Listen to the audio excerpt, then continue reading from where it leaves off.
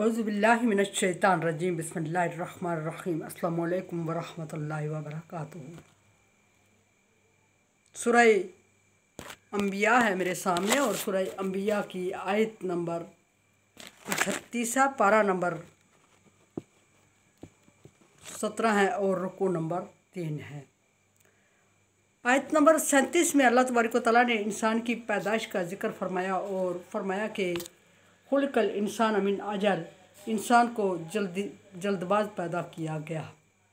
और फिर जल्दबाज पैदा किया गया तो आगे इंसान की फितरत का जिक्र करते हुए फरमाया कि इंसान जल्दबाज है, वकाना इंसान अजूला, इंसान जल्दबाज है। यहाँ जिक्र फरमाया कि कुफ़ार की तरफ से अगर उसके कोई दुख पहुँचता है, तकलीफ़ होती है तो वो बहुत जल्द उसका बदला चाहता है कि अल्लाह तबारक व तआला कुफ़ार से बदला ले ले या उसको मुश्किल में डाल दे। कुफ़ार मुश्रिकीन मुनकरीन सब की बात हो रही है, लेकिन ऐसा नहीं होता। अल्लाह तबारक व तआला का फरमान है कि इनको मुश्किल में डालने के लिए, इनसे बदला लेने के लिए, इनको आजमाइश में डालने के लिए एक वक्त मुकर्रर है और उस वक्त से पहले अल्लाह तबारक व तआला इनसे बदला नहीं लेगा या इनको मुश्किल या आजमाइश में नहीं डालेगा। फिर इंसान की फितरत जिक्र करते हुए फरमाया कि फितरतन इंसान जल्दबाज फला तस्ताजिलून, और फिर उन्हें हुक्म दिया कि जल्दबाजी ना करें, वक्त आने पे इनका अंजाम हो जाएगा।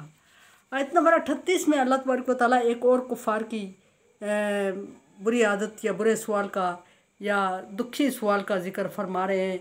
वो सवाल जिससे नबी सल्लल्लाहु अलैहि वसल्लम अक्सर दुखी हो जाया करते थे, क्योंकि नबी सल्लल्लाहु अलैहि वसल्लम के पास उसका मुकम्मल इल्म मौजूद नहीं था और इल्म मौजूद ना होने की वजह से आप लाजवाब होते और लाजवाब होते तो दुखी होते और दुखी होते तो अल्लाह से सवाल करते कि अल्लाह ताला या मुझे इसका जवाब या फिर इनके सवाल को ख़त्म कर दे।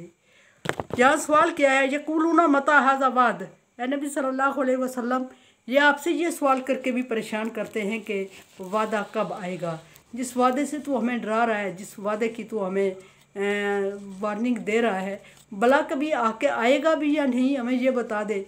और अगर आएगा तो कब आएगा, और अगर नहीं आएगा तो तू फजूल में हमें इससे डरा क्यों रहा है। और हम तुझे चैलेंज करते हैं कि हम नाफरमान हैं, तो वादा पूरा करवा दे अल्लाह ताला से। अगर तू अल्लाह का सच्चा नबी है तो उस वादे को पूरा कर दे। और इनकुन तुम स्वादिकीन, अगर नबी सल्लल्लाहु अलैहि वसल्लम से कहते कि अगर तू सच्चा है तो फिर वादे को पूरा करके दिखा जिससे तू हमें डरा रहा है। वादा कौन सा? क़यामत की बात हो रही है कि अगर तू कहता है हमें कि क़यामत होगी और ये अमाल सारे अल्लाह के यहाँ पेश होंगे और इस अमाल की बेस पे अगली ज़िंदगी शुरू होगी और उस अगली ज़िंदगी का दारमदारी अमाल पर होगा, सो अच्छे अमाल करो, अगर नहीं करोगे तो आखिरत की ज़िंदगी ख़राब होगी और तुम्हें अज़ाब में मुब्तला किया जाएगा। ये कितने अरसे से हम तेरी बातें सुन रहे हैं, क्या कभी क़यामत आएगी भी, या तुझे इल्म भी है कि वो चीज़ है भी, या तू ऐसे ही हमें अपने पास से डराए जा रहा है। अगर है तो हम तुझे अलानिया कहते हैं कि हम नहीं मान रहे, हम नाफरमानी कर रहे हैं, तो फिर तुझे इंतज़ार किस चीज़ का है? तो अपने अल्लाह से कह कि वो हम पे अज़ाब नाज़िल कर दे, क़यामत ले आए। और अल्लाह तबारक व तआला ने नबी सल्लल्लाहु अलैहि वसल्लम को इल्म कुल आप सल्लल्लाहु अलैहि वसल्लम को भी अता नहीं फरमाया। सो आपके पास क़यामत के बारे में कोई ख़ास वक्त के बारे में इल्म मौजूद नहीं था। जो आप सल्लल्लाहु अलैहि वसल्लम से सवाल किया जाता, आप जवाब ना देते तो परेशान हो जाते, और परेशान हो जाते तो कुफ़ार ने एक मशगला बना लिया। और जब भी आप सल्लल्लाहु अलैहि वसल्लम को किसी बात में कॉन्फिडेंस में देखते और आप कॉन्फिडेंस से बात कर रहे होते तो आपका कॉन्फिडेंस लूज़ करने के लिए एकदम कहते कि क़यामत के बारे में तो बता ना, कितने अरसे से हमें डराया जा रहा है, बता दे कि वो कब आएगी, आएगी भी या नहीं आएगी, हम तो इंतज़ार कर रहे हैं। आप सल्लल्लाहु अलैहि वसल्लम बुझ जाते। और फिर अल्लाह तबारक व तआला ने जवाब दिया कि सख्ती से कुफ़ार को सरजनश करते हुए कि इनसे पूछो कि इन्होंने क़यामत के बारे में तैयारी क्या की हुई है, कि तैयारी है इनकी, और बहुत जल्द इनके सर पे मसल्लत है क़यामत, और ये बजाय तैयारी करने के उसको मजाक में उड़ा रहे हैं। बहुत जगहों पे अल्लाह तबारक व तआला ने कुफ़ार की सरजनश की इस बारे में। अब देखते हैं यहाँ क्या फरमा रहे हैं अल्लाह तबारक व तआला। यहाँ जब कुफ़ार ने आपसे सवाल किया कि अगर सच्चा है तो वादे को ला के दिखा, वादे को पूरा करके दिखा, अज़ाब को मुसल्लत करके दिखा, क़यामत हमारे सामने ला के दिखा और हमें अज़ाब दे दे, हम चैलेंज करते हैं तुझे।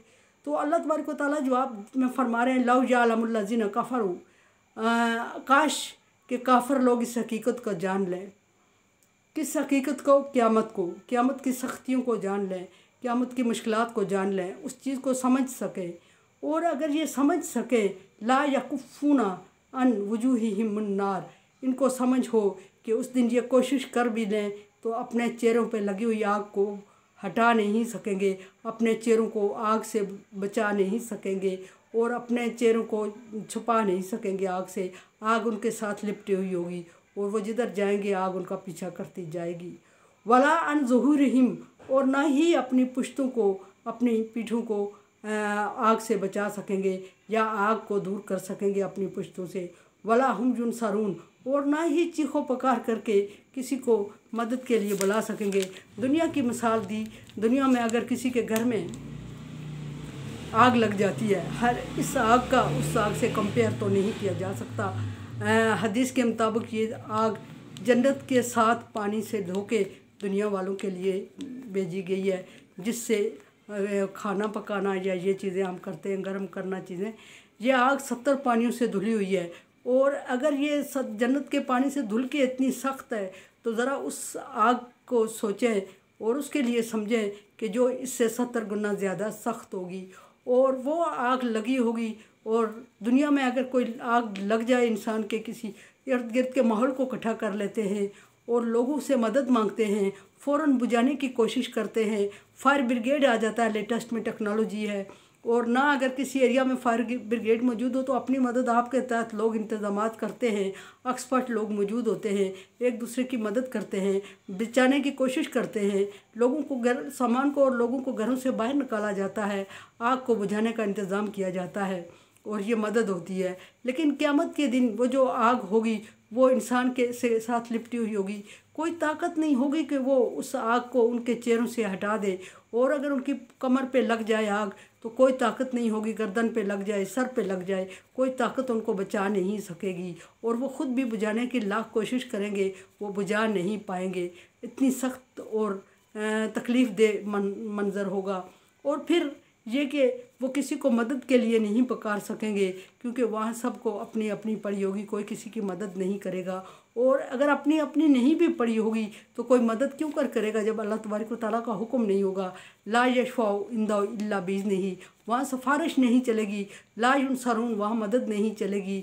और ना उनके साथ कोई लेन देन, कोई बदला चलेगा, कोई किसी चीज़ को ले दे के अपने आप को उस अजाब से बचा नहीं सकेगा।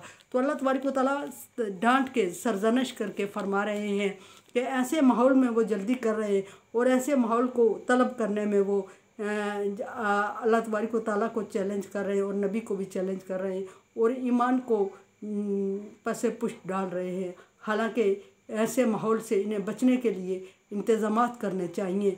इन्हें चाहिए ये कि ये अपने आप को क़यामत के दिन बड़े अज़ाब से बचाने की कोशिश करें और अल्लाह तबारक व तआला के अहकामात की पैरवी करते हुए उसके ताबे ज़िंदगी गुजारें, ताकि अल्लाह तबारक व तआला इन पर रहम करे। और इन्हें चाहिए कि ये ज़िंदगी और हो इनके पास, ताकि ये नेक अमाल करके बचा सकें अपने आप को जहन्नम के अज़ाब से। लेकिन ये उसके बजाय ये करने के ये और मुतालबा कर रहे हैं कि जल्दी क़यामत आ जाए। क़यामत जल्द आ जाएगी, उस वक्त उनके लिए बेसर व सामानी का आलम होगा और जहन्नम की आग इनका पीछे किए हुए इनके साथ लिपटी हुई होगी और वो चाहने के बावजूद उससे जान नहीं छुड़ा सकेंगे।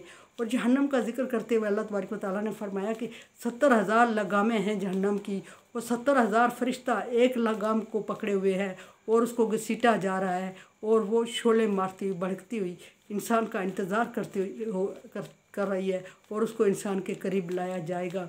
और इंसान के करीब लाया जाएगा तो इंसान परवानों की तरह, पतंगों की तरह मदहोश होकर खुद उसमें गिर पड़ेंगे, बजाय अपने आप को बचाने के वो उसी में गिरने लगेंगे। जैसे कि पतंगा आग को देखते ही आग में गिरना शुरू हो जाता है। ये अल्लाह तबारक व तआला की कुदरत है। बाज़ रवायात में ये भी है कि बाज़ आयात से ये साबित है कि घसीट के उनको जहन्नम में इकट्ठे डाला जाएगा। बाज़ आयात में ये है कि धकेल के उनको जहन्नम में डाला जाएगा। बाज़ आयात ये भी साबित करती है कि पतंगों की तरह वो आग पे गिर पड़ेंगे और बजाय ये कि अपने आप को बचाएं वो खुद उसमें गिरना लगेंगे। तो ये नबी सल्लल्लाहु अलैहि वसल्लम से को हुक्म हुआ कि या नबी, ये क़यामत के बारे में पूछ रहे हैं तो आप इनके सवाल से परेशान न हुआ करें, बल्कि इस तरह के मनाज़िर इनको बता दिया करें। और अगर इनको नहीं भी तो आप सल्लल्लाहु अलैहि वसल्लम को ये मनाज़र बताए जा रहे हैं ताकि आपको यकीन आए कि ये होगा और ईमान वालों को भी यकीन हो कि ये क़यामत आके रहेगी और उसके ऐसे मनाज़र होंगे और उससे बचने के इंतज़ामात करने चाहिए, ना कि तलब करनी चाहिए। मेरे चैनल को देखें, समझें और सब्सक्राइब करें और सदका जारिया में मेरा साथ दें। तावन वाले बिर्र व तक़वा, नेकी और अच्छाई के कामों में एक दूसरे से तावन करें, अल्लाह का हुक्म है। अगर आप समझते हैं कि काम नेकी और अच्छाई का है, तावन करें, अदरवाइज़ मैं आपकी राय की मुंतज़िर। अल्लाह हाफ़िज़।